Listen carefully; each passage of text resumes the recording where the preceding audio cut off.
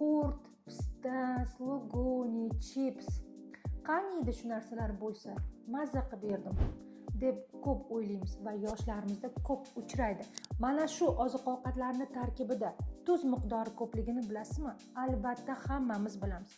Xo'sh, bu qanday asoratlarga olib keladi? Organizmimizda haddan tashqari tuz miqdorining ortib ketishi nafaqat buyraklarga, bevosita yurakka asorat olib keladi. Bu qondagi ortiqcha hajmni oshishi, bevosita yurakning tez urishi, shu singari qon bosimini oshishiga va uning esa ikkilamchi boshqa asoratlar, yurak kameralarining kengayishi, mushagining kuchayib ishlashiga, gipertrofiyasiga olib keladi. Bu jarayon esa ba'zida qaytmasdan bo'lishi mumkin.